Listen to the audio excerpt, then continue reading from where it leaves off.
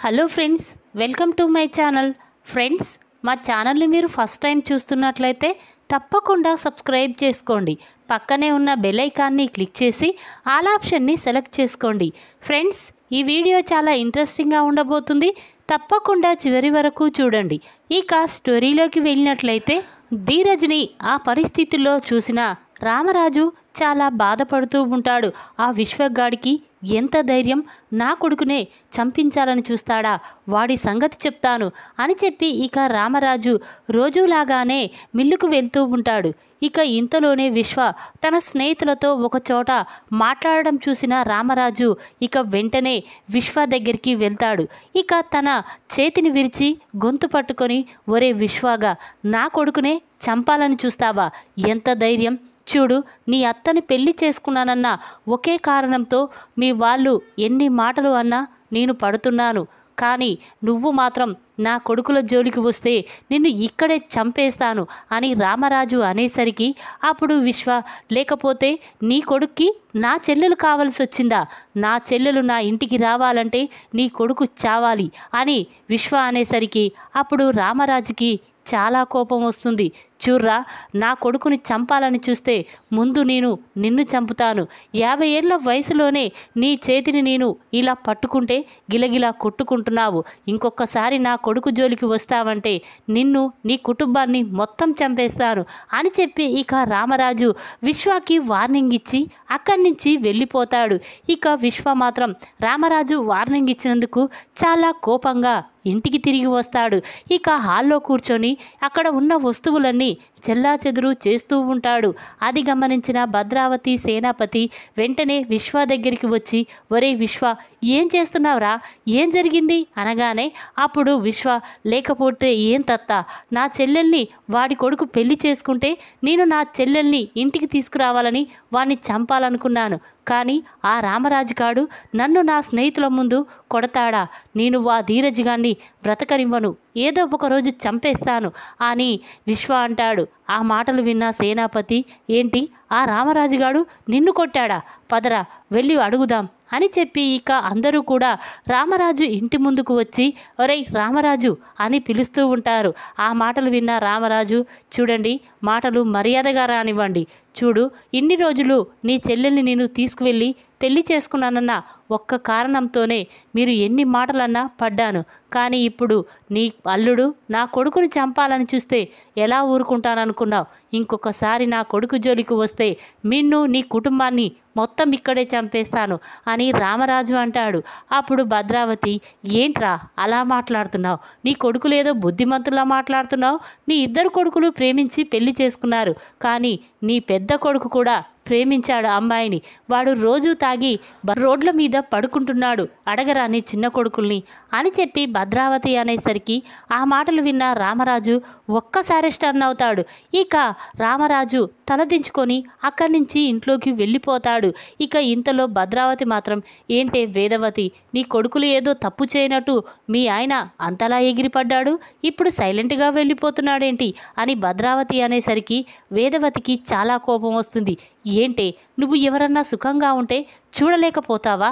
అసలు ఎందుకే నా కుటుంబం అంటే నీకు అంత పగ అని వేదవతి అనేసరికి అప్పుడు భద్రావతి, చూడు, నీ విషయంలో మేము ఓడిపోయాం, కానీ ప్రేమ విషయంలో మేము ఓడిపోలేం. ఎప్పటికైనా ప్రేమని ఈ ఇంటికి తీసుకువస్తాను అని భద్రావతి అంటుంది. ఇక ఆ మాటలు విన్న ప్రేమకి చాలా కోపం వస్తుంది. ఇక వెంటనే భద్రావతి అని గట్టిగా పిలుస్తుంది. ఆ మాటలు విన్న భద్రావతి, ఏంటే, నువ్వు నన్ను పేరు పెట్టి పిలిచే అంతటి దానివయ్యావా అని భద్రావతి అనేసరికి అప్పుడు ప్రేమ, చూడు, ఏ నిజం తెలుసుకోకుండా ఎందుకలా మీరు నిందిస్తారు? అసలు నిజం మీకు తెలుసా అని ప్రేమ అంటూ ఉంటే అప్పుడు వేదవతి, అమ్మ ప్రేమ, వద్దమ్మా, ప్లీజ్ పద ఇంట్లోకి వెళ్దాం అని వేదవతి అంటుంది. అప్పుడు సేనాపతి, ఏంటి, ఇదొక కొత్త నాటకమా? మళ్ళీ అత్తా కూతురు కలిసి కొత్త నాటకం ఆడుతున్నారా అని సేనాపతి అంటాడు. ఆ మాటలు విన్న ప్రేమ మాత్రం, చూడు నాన్న, అసలు నాటకం ఆడవలసిన అవసరం మాకు లేదు. అసలు నా విషయంలో ఏం జరిగిందో మీకు తెలియకుండా ఆ మావయ్య వాళ్ళ కుటుంబాన్ని ఇలా నిందిస్తుంటే నేను చూస్తూ ఊరుకోలేను. ఇదంతా నా వల్లే. అసలు ధీరజ్ నన్ను ప్రేమించలే లేదు, పెళ్లి చేసుకోవాలనుకోలేదు. నేను కళ్యాణ్ అనే అబ్బాయిని ప్రేమించాను, పెళ్లి చేసుకోవాలనుకున్నాను. కానీ వాడు నా డబ్బుని, నా నగలను చూసి నన్ను వదిలేశాడు, నన్ను వేరే వాళ్ళకి అమ్మాలని చూశాడు. అప్పుడు ధీరజ్ బాబా వాణ్ణి నిలదీశాడు. కానీ ఇంతలోనే పోలీసులు ఆ హోటల్కి రైడ్స్కి వచ్చారు. ఇక పోలీసులు నన్ను ఎక్కడ బ్రోతల్ హౌస్ కింద అరెస్ట్ చేస్తారోనని అప్పటికప్పుడు ధీరజ్ నా మెడలో తాళి కట్టాడు. లేకపోతే నన్ను పోలీసులు అరెస్ట్ చేసి జైల్లో పెట్టేవారు. నా జీవితం నాశనం అయిపోయేది. అలాంటిది తెలియకుండానే మీరు ధీరజ్ బావని చంపాలనుకోవడమేంది, మా ఇంటిని ఇలా నిందించడమేంది, ఇది నాకు నచ్చలేదు అని చెప్పి ఇక ప్రేమ అసలు విషయాన్ని భద్రావతికి చెప్తుంది. ఆ మాటలు విన్న భద్రావతి, సేనాపతి ఒక్కసారే స్టన్ అవుతారు. ఇక భద్రావతి, ఏంటే నువ్వు చెప్పేది నిజమా అనగానే అప్పుడు ప్రేమ, అవునత్త, అసలు ఇందులో ధీరజ్ అసలు వీళ్ళ కుటుంబానికి ఎటువంటి సంబంధము లేదు, ఇదంతా నా వల్ల జరిగింది. కానీ అన్నయ్య మాత్రం ఈ విషయం తెలుసుకోకుండా ధీరజ్ని చంపాలని చూశాడు. కాకపోతే ఏ తండ్రైనా కొడుకునికి అలా జరిగితే ఎలా ఊరుకుంటారు? అందుకే అన్నయ్యని కొట్టాడు. దానికి మీరు ఇంతలా రాద్దాం చేయాలా? చూడండి, ఇక్కడి నుంచి వెళ్ళిపోండి అని చెప్పి ఇక ప్రేమ భద్రావతి, సేనాపతికి వార్నింగ్ ఇచ్చి అక్కడి నుంచి పంపిస్తుంది. ఇక వేదవతి అందరూ కూడా ఇంట్లోకి వెళ్తారు. రామరాజు మాత్రం ఒక చోట కూర్చొని బాధపడుతూ ఉంటాడు. అప్పుడు వేదవతి రామరాజు దగ్గరికి వెళ్ళి, ఏంటండి, ఏం జరిగిందని ఇలా బాధపడుతున్నారు అనగానే అప్పుడు రామరాజు, ఇంకా ఏం జరగాలి వేదవతి, నా ఇద్దరు కొడుకులు నా మాట వినలేదని, ప్రేమించి పెళ్లి చేసుకున్నారని నేను వాళ్ళని వదిలేశాను. కానీ ఈ పెద్దోడు ఎంతో మంచివాడని, ఏ అమ్మాయిని ప్రేమించలేదని, నేను చూసిన అమ్మాయినే పెళ్లి చేసుకుంటానని వాడి మీద నేను ఎంతో నమ్మకం పెట్టుకున్నాను. కానీ వాడి కూడా వేరే అమ్మాయిని ప్రేమించాడట, పెళ్లి చేసుకోవాలనుకున్నాడట. ఇప్పుడు ఆ భద్రావతి అందరి ముందు నా తల దించేసినట్టు చేసింది అని రామరాజు అంటాడు. అప్పుడు వేదవతి, చూడండి, అలా చేయడండి, వాని మీద పెట్టుకున్న నమ్మకాన్ని వమ్ము చేయడండి అని వేదవతి అంటుంది. ఇంతలోనే చందు అక్కడికి వచ్చి, నానా, నేను ఏ తప్పు చేయలేదు నానా, ప్లీజ్ నన్ను నమ్మండి అని అంటూ ఉంటే అప్పుడు రామరాజు, నువ్వు తప్పు చెయ్యకపోతే ఆ భద్రావతి అంతమంది ముందు ఎందుకు అంటుందిరా అని రామరాజు అంటాడు. అప్పుడు చందు, చూడు నాన్న, అసలు నేను అమ్మాయిని ప్రేమించిన మాట నిజమే, పెళ్లి చేసుకోవాలనుకున్నాను. కానీ నువ్వు చూసిన అమ్మాయినే పెళ్లి చేసుకోవాలని మా దగ్గర మాట తీసుకున్నావు. ఆ మాట కోసమే నేను ఆ అమ్మాయిని పెళ్లి చేసుకోలేదు, వద్దనుకున్నాను. కానీ ఆ అమ్మాయికి పెళ్ళైపోయింది నాన్న. చూడు నాన్న, ఇప్పుడు నువ్వు ఏ అమ్మాయిని చూయించినా ఆ అమ్మాయి మెడలోనే తాళి కడతాను. నీకు, నీ గౌరవానికి ఎటువంటి భంగం రానియను, నన్ను నమ్ము నానా అని చందు అంటూ ఉంటే అప్పుడు రామరాజు, నిజమా చందు, నిజం చెప్తున్నావా అనగానే అప్పుడు అతను, అవును నానా, మన కుటుంబానికి ఎటువంటి అగౌరవము జరగనీయను. నువ్వు నీ చేతులతోనే నా పెళ్లి జరిపిస్తే నేను పెళ్లి చేసుకుంటాను అని అంటాడు.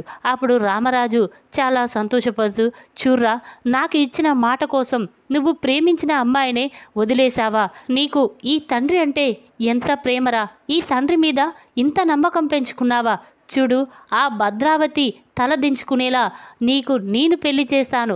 అంగరంగ వైభవంగా ఊరు మొత్తాన్ని పిలిచి నీ పెళ్లి జరిపించి తన తల దించుకునేలా నేను చేస్తాను అని చెప్పి ఇక రామరాజు అందరితో చెప్తాడు. ఇక అందరూ కూడా చాలా సంతోషపడుతూ ఉంటారు.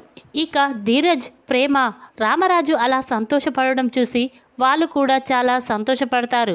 ఇక ప్రేమ తన రూమ్లోకి వెళ్ళి తన పుట్టింటి గురించే ఆలోచిస్తూ ఉంటుంది. ఇంతలోనే ధీరజ్ ప్రేమ దగ్గరికి వెళ్ళి, ఏంటమ్మా, ఇంకా దేని గురించి ఆలోచిస్తున్నావు? అయినా ఈ నిజం నిన్ను ఎవరు చెప్పమని చెప్పారు? ఇప్పుడు ఆ నిజం నాన్న వింటే నాన్న పరిస్థితి ఏంటో తెలుసా అని ధీరజ్ అనేసరికి అప్పుడు ప్రేమ, చూడు ధీరజ్, ఎన్నిసార్లు మీ కుటుంబాన్ని అవమానించినా నేను ఊరుకున్నాను. కానీ ఇప్పుడు ఏ తప్పు చేయకుండా మిమ్మల్ని, మీ కుటుంబాన్ని ఇలా అవమానిస్తుంటే నేను చూస్తూ ఊరుకోలేకపోయాను. అందుకే నేను చేసిన తప్పు గురించి మా అత్తకి, నాన్నకి నేను చెప్పాను. దీంట్లో నా తప్పేముంది అని చెప్పి ఇక ప్రేమ అంటుంది. ఆ మాటలు విన్న ధీరజ్ కూడా చాలా సంతోషపడతాడు. తన మనసులో, ఇదేంటి, నా మీద తనకి ప్రేమ పుడుతుందా అని చెప్పి ఇక ధీరజ్ ఒక్కసారే షాక్ అయిపోతాడు.